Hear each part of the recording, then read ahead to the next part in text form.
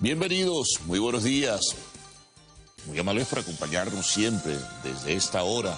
Muchas gracias también por la comunicación y el contacto que tienen a través de la vinculación por la red social X, antes conocida como Twitter. Siempre hacemos nuestra reseña de algunos de los mensajes que nos envían a través pues, de esta alternativa que ya está abierta para todos ustedes. Bueno, estamos sobre la agenda del jueves 11 de abril, comenzaremos a trabajarla, comenzaremos a ofrecer las informaciones y los detalles más importantes de lo que ha ocurrido en el día precedente y por supuesto un poco seguir la dinámica de lo que ocurre en este momento y desde luego también vislumbrar algunas cosas en cuanto al informativo que pudiera ofrecer la agenda del día de hoy. Así que bueno, hay cosas bien importantes y, bueno, elementos también para el debate y la controversia como el tema político electoral con lo que vamos a darle apertura a este resumen inicial. Pero resulta que lo político electoral trasciende del territorio venezolano porque genera debate internacional, como bien se conoce, y ha provocado reacciones en diversos países, entre ellos Colombia. ¿Y esto viene a propósito de qué? Bueno, ayer en su retorno al vecino país, estuvo el martes, se marchó ayer, miércoles, Gustavo Petro, presidente colombiano, se reunió con Maduro, ya hemos hecho reseña suficiente de algunos de los temas. Él recapituló, sin embargo, en este mensaje que envió desde el avión presidencial colombiano sobre los temas que había tocado con Maduro, vinculado esto al tema energético petrolero, al tema de la energía eléctrica en fronteras, en Táchira y Estado Zulia, también pues la posibilidad de que Ecopetrol pueda explotar petróleo y gas en zonas fronterizas con Venezuela. Eso es parte un poco del contexto de lo que fue esa reunión. Y los temas de agenda latinoamericanos, la situación del Ecuador y lo que pasa en el mundo, también de acuerdo a lo que se ha conocido, se evalúa allí. Pero también el tema político electoral, y a ello es lo que quiero referirme. Pero resulta que aparte de hablar con Maduro del tema venezolano, que era inevitable, aun cuando no hubo formalidad ni declaración oficial en este sentido, pero era obvio que se iba a manejar en ese contacto, también se reunió con factores de la oposición, así lo dijo, no especificó con quién se reunió Gustavo Petro. Sin embargo, surgieron de inmediato cuando se dio a conocer su punto de vista o su anuncio como tal, diversos criterios. En lo nacional, por ejemplo, algunos dirigentes políticos vinculados a la plataforma y a la candidatura de María Corina Machado, candidata presidencial que bien se sabe no puede participar en el proceso por la inhabilitación de la Contraloría y posterior reafirmación de esto en sentencia del TSJ, bueno, algunos dirigentes políticos han señalado que con quién se reunió, emplazaron a Gustavo Petro. Sin embargo, desde Colombia, el ex vicepresidente Francisco Santos, conocido como Pacho Santos, colocó en su cuenta de X un mensaje claro, certero y definido, cuestionando el que Gustavo Petro no se hubiese reunido con todo lo que él denomina es la oposición venezolana. En este caso, María Corina Machado, la plataforma unitaria y otros factores de la política nacional.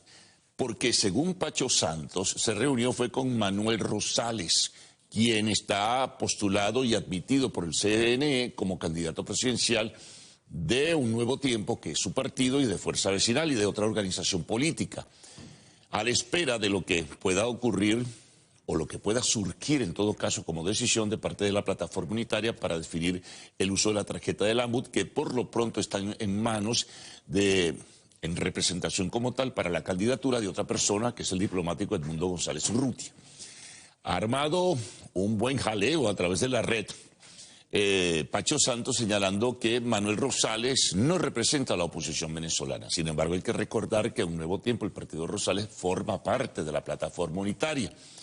Entonces, en ese sentido, se levanta un debate, se levanta una intensa discusión porque no reunió Petro dentro de su propósito de buscar, como dijo, la paz política para Venezuela, no reunió a otros factores de la oposición venezolana. El gobierno, pues, no ha dicho nada hasta ahora. No sabemos si algún dirigente del Partido Socialista Unido de Venezuela hará alguna mención en el día de hoy en ese sentido, así que, bueno, pendientes de lo que es la evolución y la dinámica.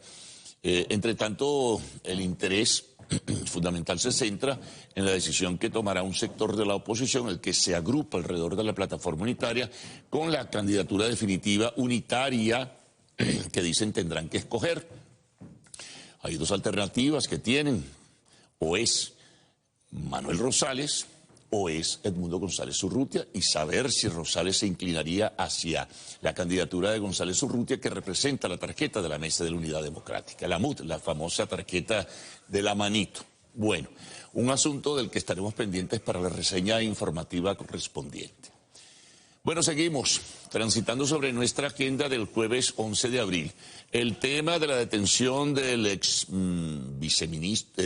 exministro y expresidente de PDVSA, Tarek El Aissami, también del exministro de Finanzas, Simón Serpa, y del empresario Samar López, a quien vinculan muy estrechamente con Tarek El Aissami. Bueno, ayer el responsable del Ministerio Público, en otra declaración, señalaba, me refiero a Tarek William Saab, que no es ni descartable que parte del financiamiento de estas conspiraciones que ha develado pues el gobierno venezolano pudieran haber estado financiadas por estas personas. Bueno, hay dudas y se le planteó sobre el hecho cómo después de 14 meses es que lo detienen. Bueno, volvió Tarek William a referirse al caso de testigos que finalmente revelaron detalles que implicarían de manera directa a Tarek El Aissami.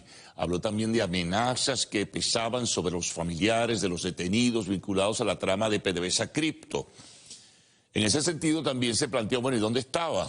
Bueno, algunas informaciones no confirmadas aún decían que sí, ciertamente estaba en la urbanización Simón Bolívar, allí permanecía hacía mucho tiempo en Fuerte Tiuna, que por cierto podría ser Fuerte Tiuna, digo, el lugar donde permanecería, porque muy probablemente en las próximas 48 horas, bueno, eso suena desde ayer, tal vez entre hoy y mañana, pues puedan ser llamados a un tribunal, al tribunal que le corresponda la causa, para pues escuchar las imputaciones del Ministerio Público, que ya se conocen: legitimación de capitales, en fin, asociación para delinquir, traición a la patria, etcétera. Así que bueno, eso es un elemento importante que también surgió en el día de ayer como un complemento a lo que ya se conocía, pero habrá más información en ese sentido, por lo que uno intuye y por lo que asomaba Tarek William Saab, y hasta más detenidos probablemente, sin confirmación en ese sentido. Bueno, seguimos. El tema de los incendios. Bueno, ayer fue un día, la noche sobre todo, muy particular porque regresaron incendios, por ejemplo, en el Parque Nacional La Ávila, pero en la zona del este, que es más el lado de la Silla de Caracas, por Boleíta se desató un gran incendio que fue atacado por las autoridades. Claro, en horas de la noche es una circunstancia mucho más inhóspita para poder atacar. También por los lados de Tazón, pues hubo incendios y se presentaron dos situaciones particulares. Un incendio de un apartamento en Santa Mónica, en la urbanización Santa Mónica, municipio Libertador, y un incendio también en San Bernardino, cerca del Hospital de Clínicas Caracas o el Centro Médico. En fin, hay dos grandes hospitales privados allí, que también, bueno, fue reseñado por las redes sociales y diferentes medios de comunicación social en sus portales. También se habló del clima, la situación es difícil, del calor. Ayer hablaba Maduro de esto en una intervención pública y dijo, según la información que maneja, que había sufrido la temperatura en Venezuela en un aumento de entre 4 y 5 grados más de lo que usualmente hay para esta época del año. Hay un ambiente enrarecido por los incendios también en la capital de la República en general, o en el distrito capital. Respiraba un ambiente pesado, como hace 2 días también, había muchísimo humo, la calima, la gente lo confundía, en fin, y era muy pesado y el ambiente, y repito, la respiración de las personas se dificultaba. Bueno, continuamos, vamos con el tema Guyana. Ayer, a través de su cuenta de X, la vicepresidenta ejecutiva de la República, Delcy Rodríguez, advertía el peligro de la adquisición de una patrullera oceánica por parte del gobierno de Guyana y acusó al gobierno de los Estados Unidos, del Reino Unido y a países occidentales de ser responsables de que pudiera generarse una tensión militar en la zona, sobre todo en la zona en reclamación, la marítima y la territorial. En el caso del territorio de la Guayana Esequiba. Así, esa advertencia es una patrullera francesa oceánica que estaría adquiriendo, según se supo, pues el gobierno de Georgetown. Otras informaciones que tienen que ver con Venezuela, pero en el plano internacional sigue el debate sobre si es una ficción o no, o una realidad tangible, la existencia del Tren de Aragua en Chile. Bueno, pues ayer la ministra de la Secretaría de la General de la Presidencia, Camila Camejo, pues hizo una observación y además lo replicó en su cuenta particular en redes sociales, de que no era ninguna ficción, que era una realidad y que están luchando contra el crimen organizado en Chile, producto de la presencia de una extensión o un brazo de esta banda y también contra el narcotráfico. Y adelantó algo que pudiera colocar en situación difícil o un poco complicada la relación diplomática entre Venezuela y Chile, porque dijo que el gobierno de Gabriel Boric estaba con el propósito, la intención de llamar a consultas al embajador de Chile en nuestro país. Esto a propósito del debate que se ha abierto, porque el gobierno venezolano, a través del canciller Iván Gil, ha negado la existencia del Tren de Aragua como tal y ha dicho que se trata de una ficción. Esto ha irritado al gobierno chileno, bueno, y altos funcionarios, algunos factores de la oposición incluso están pidiendo la ruptura de relaciones diplomáticas, que eso no se lo plantea el gobierno de Chile por lo pronto, ¿no? Pero bueno, hay que hacerle seguimiento a esta información que es importante. Bueno, otra nota también vinculada a un tema internacional, pero que va a tener desarrollo en Venezuela, es que a partir de mañana y hasta el 20 o el 22 de abril comienzan reuniones, mañana viernes 12, entre los factores del Ejército de Liberación Nacional, el Grupo en Armas en Colombia y el gobierno de Colombia. La delegación colombiana para este proceso de conversaciones de paz es una reunión extraordinaria, no es de rutina, así lo definió el Ejército de Liberación Nacional a través de sus voceros. Es una reunión extraordinaria porque el proceso de paz está congelado y está en situación difícil, una situación de verdad complicada, según ellos interpretan.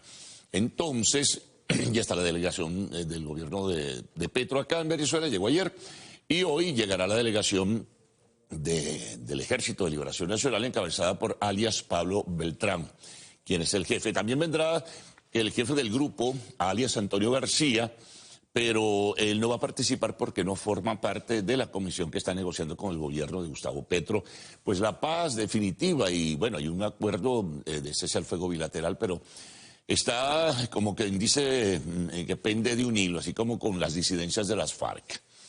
Bueno, eso es importante. En otros temas internacionales, bueno, tenemos lo de Ecuador. El Consejo Permanente de la Organización de Estados Americanos, en su deliberación de ayer, emitió un comunicado rechazando lo que fue la toma o el asalto de la Embajada de México en Ecuador, condenó el hecho como tal. También se conoce que el ex vicepresidente Jorge Glass, quien regresó a prisión luego de ese momento difícil con su salud, se ha declarado, según su abogada, en huelga de hambre y denunció que fue maltratado y golpeado por la policía. Adicionalmente a esto, bueno, está la reunión pendiente mañana del CELAC, mañana viernes, de la comunidad de estados de Latinoamérica y el Caribe para evaluar ese caso. Y bueno, también se conoció que la justicia ecuatoriana ha solicitado en interrogatorio por escrito al presidente Daniel Noboa que explique las razones, porque hubo un recurso que se introdujo en un tribunal de parte del partido político de Jorge Glass que explique las razones del por qué se tomó la decisión. Bueno, Noboa ha explicado más o menos cuál fue un tema de seguridad nacional, que Glass había sido ya juzgado y condenado y que en una trama de corrupción, etcétera. Bueno, vamos con Argentina. Una decisión que se conoce también de parte de un tribunal. Le congelan los bienes y se levanta el secreto bancario y fiscal para el expresidente Alberto Fernández por otra trama de corrupción. En este caso se trata de el manejo de los seguros del Estado. que al parecer habría sido beneficiada determinada empresa y se acusa a Fernández de presumiblemente él y su entorno de haber recibido comisiones por asignar ese contrato a determinada empresa de seguros en la Argentina. Entonces se congelan sus bienes y también, bueno, se levanta el secreto de sus cuentas bancarias y el ejercicio fiscal como tal, ¿no? Me imagino. Así que hay pendientes de esta información que está desarrollándose. Bueno, vamos al tema de la guerra en Gaza. Un bombardeo israelí acabó con la vida de 3 hijos, el líder de 3 hijos y 3 nietos, del líder máximo del grupo Hamas, que reside en Qatar, en Doha. Allí se conoció la información. Ismail Hajideh, bueno, recibió la información de este bombardeo y la pérdida de sus hijos y nietos. Y de Colombia tenemos la primera reacción de Álvaro Uribe sobre la imputación de la Fiscalía por fraude, en fin, y por supuestamente compra de testigos en un juicio que tiene que ver con una supuesta o presunta vinculación de Uribe en el pasado con grupos paramilitares, en fin. Bueno, Uribe declaró que se trata de una venganza política y que, bueno, afrontará la acusación y la imputación que hace el Ministerio Público del vecino país. En deportes, bueno, juegos de ida, la segunda tanda, ¿no?, de UEFA Champions League. Bueno, para sorpresa de muchos, el Barcelona ha ganado en París al Paris Saint-Germain 3-2. Un partido disputado al principio, pero que luego el Barcelona tomó control de ello y finalmente lo ganó. Se verán las caras para definir su pase a la semifinal, estos 2 equipos, la semana próxima.